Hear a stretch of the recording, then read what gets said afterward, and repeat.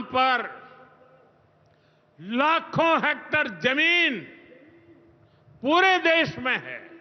वक्फ कानून में बदलाव के बाद अब ये गरीबों से जो लूटा जा रहा है वो बंद होने वाला है। आपने वक्फ कानून बना दिया सिर्फ जमीन हड़पने के लिए। आपने ये नहीं बताने का काम करोगे कि इससे आप किस तरह फायदा पहुंचाओगे।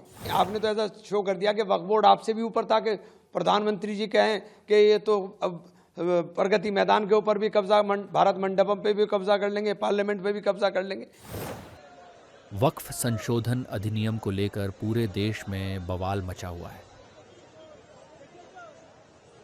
पश्चिम बंगाल से हिंसा की तस्वीरें सामने आ रही हैं तो विपक्षी दल भी खुलकर इसका विरोध कर रहे हैं।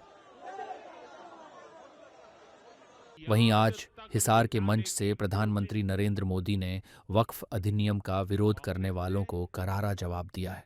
बाबा साहब के विचारों, वक्फ के नाम पर लाखों हेक्टेयर जमीन पूरे देश में है। इस जमीन, इस प्रॉपर्टी से गरीब का, बेसहारा महिलाओं बच्चों का भला होना चाहिए था। और आज ईमानदारी से उसका उपयोग हुआ होता तो मेरे मुसलमान नौजवानों को साइकिल के पंक्चर बना करके जिंदगी नहीं गुजारनी पड़ती। लेकिन इससे मुट्ठी भर भू माफिया का कोई भला हुआ। पसमानदा मुस्लिम इस समाज को कोई फायदा नहीं हुआ। और ये भूमाफिया किसकी जमीन लूट रहे थे? ये दलित की जमीन लूट रहे थे, पिछड़ों की जमीन लूट रहे थे, आदिवासी की जमीन लूट रहे थे, विधवा महिलाओं की संपत्ति लूट रहे थे। सैकड़ों विधवा मुस्लिम महिलाओं ने भारत सरकार को चिट्ठी लिखी, तब जाके कानून की चर्चा आई है।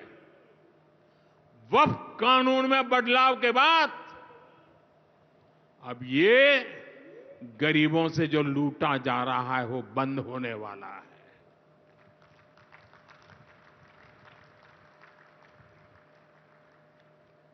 और सबसे बड़ी बात, हमने एक बहुत बड़ा जिम्मेदारीपूर्ण महत्वपूर्ण काम किया है।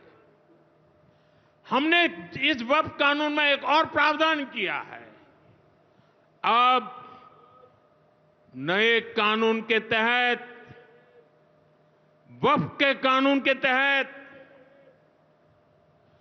किसी भी आदिवासी की जमीन को हिंदुस्तान के किसी भी कोने में आदिवासी की जमीन को, उसके घर को, उसकी संपत्ति को ये वक्फ बोर्ड हाथ भी नहीं लगा पाएगा। लेकिन इस बीच कांग्रेस नेता इमरान मसूद ने पीएम मोदी के बयान का जमकर इसका विरोध किया। क्या कुछ कहा, सुनिए। पिछले 10 साल से आपकी सरकार, प्रदेशों में आपकी सरकार, आपने कितने वक्फ के भूमाफियाओं को जेल भेजा, कितनों के खिलाफ आपने कार्रवाई की, और कौन वो भूमाफिया आपने चिन्हित करने का काम किया। आपने तो भूमाफियाओं को खुली छूट दे दी इस कानून के अंदर। आपने सजा के प्रावधान को हटा दिया, आपने लिमिटेशन एक्ट हटा दिया, जिससे वो लोग जो कब्जा धारक लोग हैं वो एडवर्स पोजीशन में सुप्रीम कोर्ट में चले जाएं। तो जो आप कह रहे हो उल्टा, ठीक उसके उल्टा आप कानून में कर रहे हो। तो आपके कहने में और करने में, दोनों में बहुत फर्क है। दूसरा, उन्होंने अभी ये भी कहा है कि मुस्लिम कांग्रेस जो है वो तुष्टीकरण की राजनीति करती है, मुस्लिम समुदाय को कोई फायदा नहीं पहुंचाया आज तक, उनको शिक्षा से वंचित रखा, उनको गरीब रखा, उनको कुरीतियों में बढ़ाया। आपकी 10 साल की सरकार ने अलीगढ़ मुस्लिम यूनिवर्सिटी का फंड लगातार घटा दिया क्योंकि उसके पीछे मुस्लिम लगा हुआ है। आपकी 10 साल की सरकार ने अल्पसंख्यकों को मिलने वाली छात्रवृत्ति को खत्म करने का काम कर दिया। आपकी 12 साल की सरकार, 11 साल की सरकार ने जो मदरसे हैं उनको लगातार बंद करने का काम कर दिया। तो आप कर कुछ रहे हो, बता कुछ रहे हो। आप ये बताइए कि पसमानदा मुसलमान की आप बात करें तो पसमानदा मुसलमान के बच्चों की छात्रवृत्ति क्यों बंद की? क्या आप दोबारा शुरू करेंगे? देने का काम करेंगे। आपने वक्फ कानून बना दिया सिर्फ ज़मीन हड़पने के लिए, आपने ये नहीं बताने का काम करोगे कि इससे आप किस तरह फ़ायदा पहुंचाओगे। भाई सरकारें आपकी हैं, वक्फ बोर्ड हमेशा सरकार के अधीन रहा, वक्फ बोर्ड कोई ऐसा तो है नहीं। आपने तो ऐसा शो कर दिया कि वक्फ बोर्ड आपसे भी ऊपर था कि प्रधानमंत्री जी कहें कि ये तो अब प्रगति मैदान के ऊपर भी कब्जा, भारत मंडपम पे भी कब्जा कर लेंगे, पार्लियामेंट पे भी कब्जा कर लेंगे। तो ऐसी लच्छेदार बातें आप बोल रहे हैं जो तथ्यहीन है और आधारहीन है, ये मुमकिन ही नहीं हो सकता है। वीके न्यूज, राष्ट्र के नाम।